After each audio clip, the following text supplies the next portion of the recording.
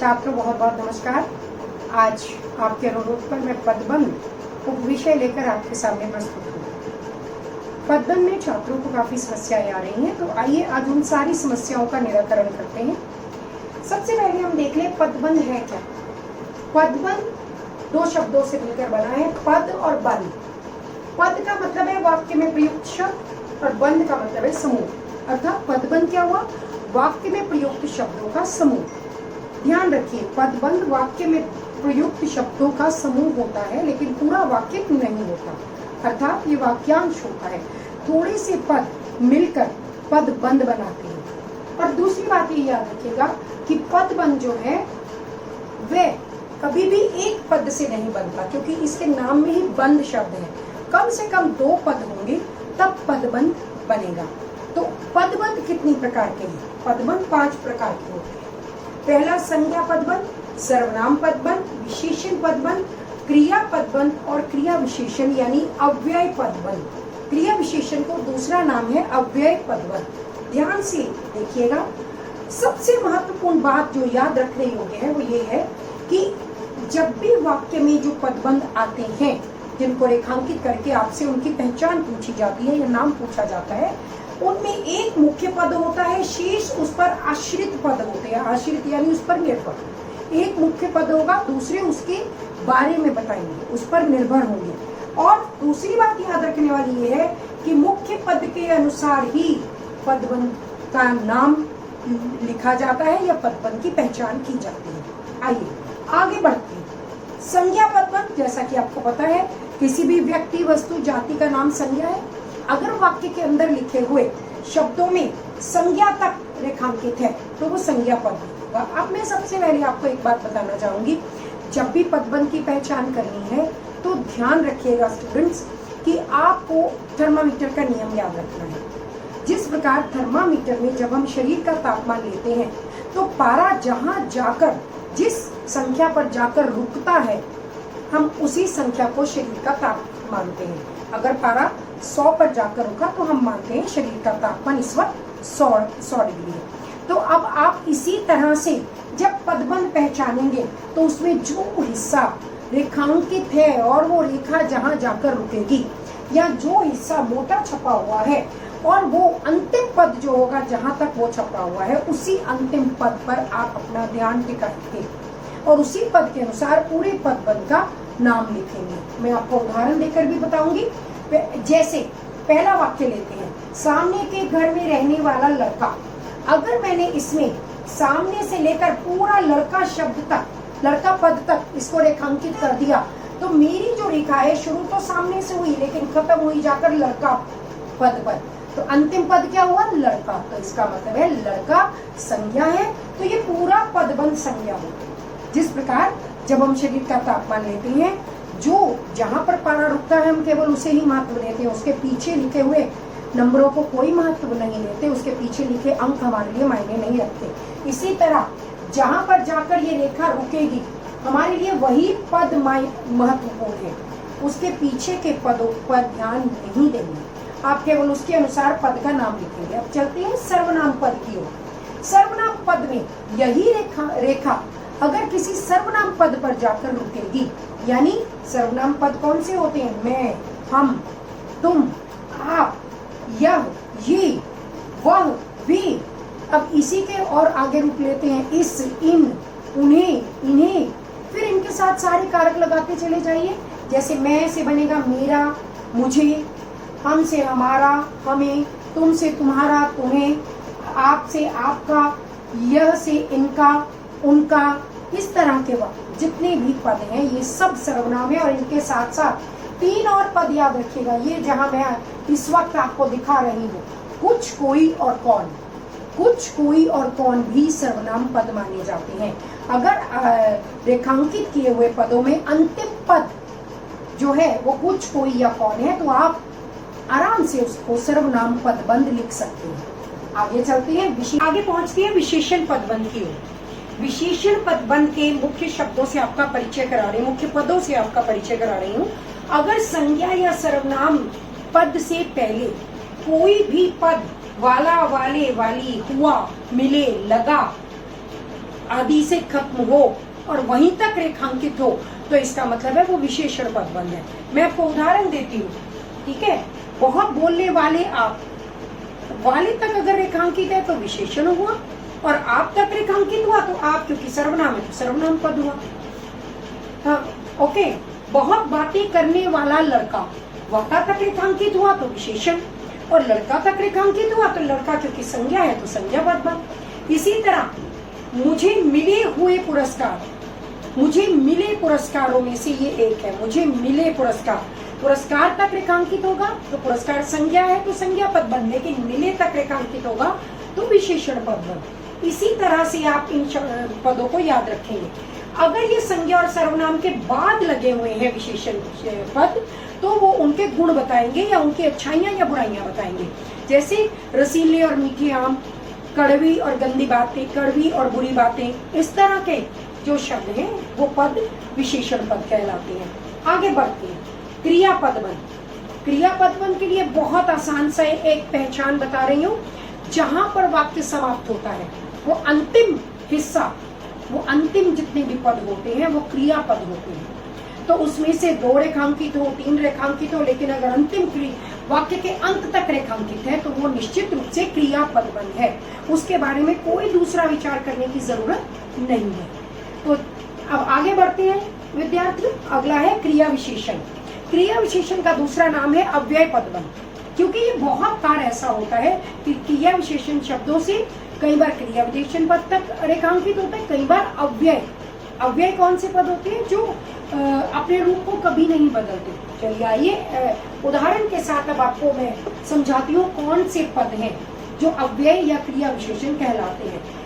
के आगे पर, क्योंकि पर का मतलब है के ऊपर, की अपेक्षा, में का मतलब है के अंदर, तक, भर, से, के पार, या पूर्व क्रिया के साथ। पूर्व क्रिया का मतलब क्या हुआ? वाक्य में अगर 2 काम हो रहे हैं, 2 क्रियाएं हो रही हैं, जैसे माता जी खाना बनाकर चली गई।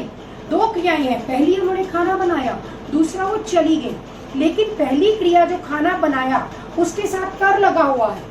अगर पूर्व क्रिया यानी पहली क्रिया के साथ कर लगा है तो निश्चित रूप से वो क्रिया ना रहकर वो क्रिया विशेषण हो गई। इसी तरह पूर्व क्रिया के साथ अगर ही लग जाए, जैसे बच्चा स्कूल से आते ही सो गए। आते ही, आना वैसे एक क्रिया है, लेकिन आना के साथ जैसे ही लगा दिया क्रिया के साथ वो क्रिया विशेषण बन गया। या जब हम क्रिया को 2 बार लिख दें, पूर्व क्रिया को 2 बार, जैसे बच्चा चलते चलते गिर गया, मुख्य क्रिया है गिर गया, लेकिन पूर्व क्रिया है चलते चलते।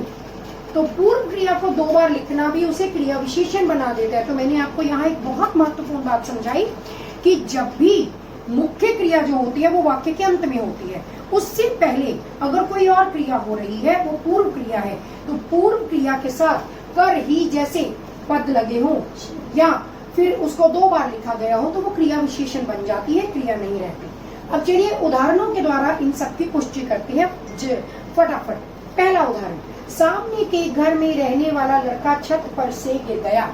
अब मैं आपको इसी एक वाक्य को बारी बारी रेखांकित करते हुए इसका अलग अलग पदबंध इससे ढूंढ कर बताऊंगी। पहले हम रेखांकित करते हैं सामने के घर में रहने वाला तक। जैसा कि मैंने आपको बताया, वाला, वाले, वाली विशेषण की निशानी है। वह से विशेषण, वह से वाला, वाले, वाली, फिर उसी के साथ जुड़े हुए अन्य शब्द, हुआ, हुए, हुई, मिला, मिले, मिली, लगा, लगे, लगी। ठीक, तो रहने वाला तक अगर रेखांकित है तो इसका मतलब है ये विशेषण पदबंध है। लेकिन मैंने रेखा थोड़ी सी आगे बढ़ाई और लड़का तक रेखांकित कर दी तो लड़का संज्ञा है, तो ये संज्ञा पदबंध हो गया। लेकिन अगर मैंने यहाँ पर किसी को अंडरलाइन नहीं किया, मैं ये सारी रेखांकित हटा देती हूँ और अब मैं करती हूँ छत पर से। अभी मैंने आपको बताया कि से किसका चिन्ह है? क्रिया विशेषण का। तो छत पर से इसका मतलब ये क्रिया विशेषण है। आगे चलते हैं, हम इसको भी अंडरलाइन नहीं करते, हम रेखांकित करते हैं गिर गया। गिर गया क्योंकि वाक्य का अंतिम हिस्सा है, यहाँ पर मुख्य क्रिया हो रही है तो ये क्रिया पदबंध है। याद रखिए, जहाँ वाक्य समाप्त होता है वो अंतिम हिस्सा हमेशा क्रिया पदबंध होता है। दूसरे वाक्य पर चलते हैं। पहले की अपेक्षा आप अब सोच कर बोलने लगे हैं। चलिए इसे भी धीरे धीरे आगे बढ़ाते हैं। पहले मैंने रेखांकित किया पहले की अपेक्षा।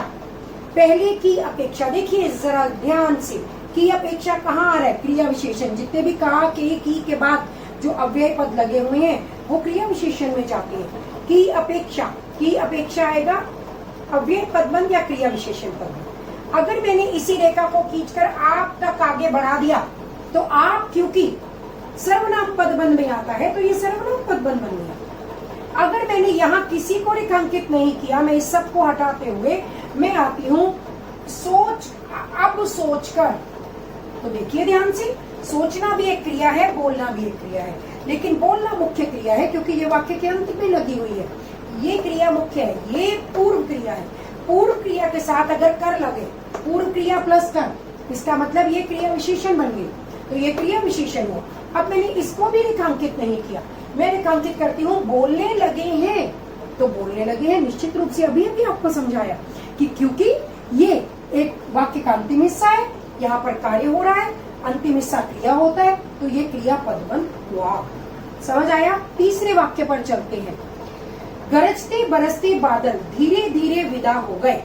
चलिए पहले गरजते बरसते को रेखांकित करते हैं। अगर मैंने गरजते बरसते को रेखांकित किया तो गरजते बरसते, क्योंकि बादलों की विशेषता है, कैसे बादल है? गरजते और बरसते। मैंने कहा ना, जरूरी नहीं है वाला वाले वाली, कई बार विशेषता भी बताई जाती है। गरजते बरसते तो ये विशेषण पदबंध। लेकिन अगर मैंने इसको बादल तक बढ़ा दिया तो ये हुआ संज्ञा पदबंध, क्योंकि बादल एक संज्ञा पद है। आगे चलते हैं। मैंने इसको यहाँ से हटा दिया रेखांकित। मैंने अब रेखांकित किया धीरे धीरे। दो पद हैं, धीरे धीरे। अब ध्यान दीजिएगा, इन दो पदों में मैंने आपको यहाँ लिखकर बताया था, अगर पूर्व क्रिया को 2 बार लिखा जाए, इसमें मुख्य क्रिया कौन सी है? विदा होना। पूर्व क्रिया कौन सी है? धीरे धीरे। अब धीरे धीरे उसका विशेषण, क्रिया विशेषण है, तो ये क्रिया विशेषण पदबंध हुआ। लेकिन मैंने इसको भी रेखांकित नहीं किया। चलिए आगे बढ़ते हैं। मैंने सिर्फ विदा हो गए को रेखांकित कर दिया, तो विदा हो गए वाक्य का अंतिम हिस्सा है, क्रिया हुआ तो क्रिया पदबंध हो गया। निश्चित रूप से आपको एक ही वाक्य के द्वारा सारे पदबंध के बारे में ज्ञान हो रहा है। चौथे वाक्य पर चलते हैं। घर के सामने की ओर कौन रहता है? सबसे पहले मैं रेखांकित करूंगी घर के सामने की ओर, और तक पूरा। अब मैंने और तक रेखांकित कर दिया। की ओर भी क्रिया विशेषण में आएगा। क्यों? मैंने आपको बताया, का, के, की के बाद जितने भी ये शब्द लगे होते हैं, पद या शब्द जिन्हें हम कहते हैं, तो ये सब क्रिया विशेषण के चिन्ह है। की ओर, के नीचे, के आगे, के पीछे, ये सब क्रिया विशेषण है। की ओर तक ये क्रिया विशेषण हो गया। कौन, अगर मैंने कौन तक अंडरलाइन कर दिया, कौन आपको पता है सर्वनाम का, मैंने आपको सर्वनाम में बताया कुछ, कोई और कौन, तो कौन तक अगर मैंने रेखांकित किया तो ये सर्वनाम पदबंध हो गया। अगर मैंने इसको किसी को रेखांकित नहीं किया, मैं ये सारी रेखा यहाँ से हटा देती हूँ और मैंने रेखांकित किया रहता है, तो रहता है वाक्य का अंतिम हिस्सा है, तो इसका मतलब ये क्रिया पदबंध हुआ। निश्चित रूप से अब तक आपकी बहुत से संदेह मिट चुके होंगे। फिर भी अगले वाक्य पर चलते हैं। अच्छा, अगले वाक्य पर चलते हैं। फुटबॉल खेलने वाले लड़कों में से कुछ बहुत अच्छा खेलते हैं। चलिए वाक्य को धीरे धीरे रेखांकित करते हुए, अलग अलग वाक्य के अंशों को रेखांकित करते हुए आपको समझाते हैं, जैसे पिछले वाक्यों में किया। पहले मैं रेखांकित करती हूँ फुटबॉल खेलने वाले, वाला वाले वाली विशेषण का चिन्ह है, तो वाला वाले वाली के अनुसार यहाँ तक ये विशेषण पदबंध है। लेकिन अगर मैंने आगे बढ़ाकर लिखा लड़कों तक रेखांकित कर दिया, तो लड़के क्योंकि संज्ञा पद है तो ये संज्ञा पदबंध बन गए। अब अगर मैंने लड़कों से भी आगे बढ़ाकर में से कुछ तक आगे रेखा को ले गई, तो कुछ क्योंकि सर्वनाम का चिन्ह है तो ये सर्वनाम पदबंध हो गया। अब अगर मैंने इस सारी रेखा को हटा दिया और मैं कहती हूँ कि मैं रेखांकित करने जा रही हूँ या अंडरलाइन करने जा रही हूँ बहुत अच्छा, बहुत अच्छा, मैंने बहुत अच्छा को रेखांकित किया, तो बहुत अच्छा क्या है? खेलना। खेलने की विशेषता है कि वो बहुत अच्छा खेलते हैं, तो खेलना क्योंकि अंतिम हिस्सा है वाक्य का, ये क्रिया है, तो बहुत अच्छा क्रिया के बारे में बता रहा है, तो ये क्रिया विशेषण है। याद रखिएगा, जिस तरह विशेषण में ये ऐसे पदों के साथ साथ विशेषताएं आती हैं, इसी तरह क्रिया विशेषण के अंदर भी या तो ये शब्द लगे होते हैं या फिर क्रिया की विशेषता, जैसे इस वाक्य में बताई गई है। तो बहुत अच्छा क्या हुआ, क्रिया विशेषण पद हुआ। लेकिन चलिए हमें तो आगे बढ़ना है। तो हम अब रेखांकित करते हैं खेलते हैं। खेलते हैं जैसा कि हर बार बता रही हूँ, हर वाक्य में समझा रही हूँ, क्योंकि खेलते हैं एक क्रिया पद है और खेलते हैं वाक्य का अंतिम हिस्सा है। वाक्य का अंतिम हिस्सा क्रिया होता है, तो ये क्रिया पद बोले। अगले वाक्य की ओर चलते हैं। है यहाँ कोई, जो आगे आए, है यहाँ कोई को हम रेखांकित करते हैं। है यहाँ कोई, कोई पर खत्म हुई है हमारी रेखा, आकर रुक गई है। तो कोई आपको मैंने बताया सर्वनाम है, तो आप लिखेंगे सर्वनाम पदबंध। लेकिन अगर मैंने इस हिस्से को रेखांकित नहीं किया और मैंने रेखांकित किया आगे आए, आए अंतिम पद क्रियापद, तो क्रियापद बन। ध्यान रखिएगा। अगले वाक्य पर चलते हैं। घर के सामने लगा पेड़ गिर गया। घर के सामने लगा पेड़ गिर गया, इसका मतलब पहले मैं घर के सामने तक रेखांकित करती हूँ। के सामने, के आगे, के पीछे, के अंदर, के ऊपर सब क्रिया विशेषण होते हैं। तो घर के सामने क्रिया विशेषण। अब अगर मैंने लगा तक किया, लगा हुआ, इसका मतलब घर के सामने लगा हुआ। पेड़ की क्या विशेषता है, वो घर के सामने लगा हुआ है, तो ये विशेषण पद बंद हुआ। अब मैंने पेड़ तक इस रेखा को आगे बढ़ा दिया, तो पेड़ क्योंकि संज्ञा पद है, तो इसलिए ये संज्ञा पद बंद हो गया। आइए अब इधर से देखते हैं। गिर गया, मैंने गिर गया को रेखांकित किया, तो गिर गया क्योंकि क्रिया पद है, वाक्य का अंतिम हिस्सा है। मैंने आपको अभी बताया कि वाक्य का अंतिम हिस्सा क्रिया होता है और वो क्रिया पद बन गया। अंतिम वाक्य की ओर बढ़ते हैं। वह बड़बड़ाता हुआ चला गया। वह बड़बड़ाता हुआ, अगर मैंने बड़बड़ाता हुआ तक अंडरलाइन किया, बड़बड़ाता हुआ को रेखांकित किया। हुआ कैसे चला गया, चला गया एक क्रिया है, चला जाना एक क्रिया है। अगर मैं चला गया को रेखांकित करती तो ये क्रिया पद बंद होता, लेकिन कैसे चला गया उसका उत्तर मिल रहा है, बड़बड़ाता हुआ, तो इसका मतलब ये क्रिया की विशेषता बता रहा है, तो ये क्रिया विशेषण पद बंद हो। लेकिन अगर यही वाक्य मैं वह को यहाँ से हटाकर यहाँ लिख दूं, बड़बड़ाता हुआ वह चला गया, अब ध्यान दीजिएगा, यही बिल्कुल वाक्य वही है, केवल वह की स्थिति बदली और वाक्य का पदबंध बदल गया। अब अगर मैं बड़बड़ाता हुआ को रेखांकित करूंगी और बड़बड़ाता हुआ के बाद क्योंकि सर्वनाम आ गया वह, तो अब ये वह की विशेषता बता रहा है। वह की क्या विशेषता है कि वो बड़बड़ा रहा है, तो इसका मतलब ये विशेषण पदबंध हो गए। तो ये थी आपके पदबंध और उनसे जुड़ी हुई समस्याएं। फिर भी अगर आपको कोई और समस्या है तो हम फिर मिलेंगे। तब तक के लिए सुरक्षित रहिए। धन्यवाद आपका।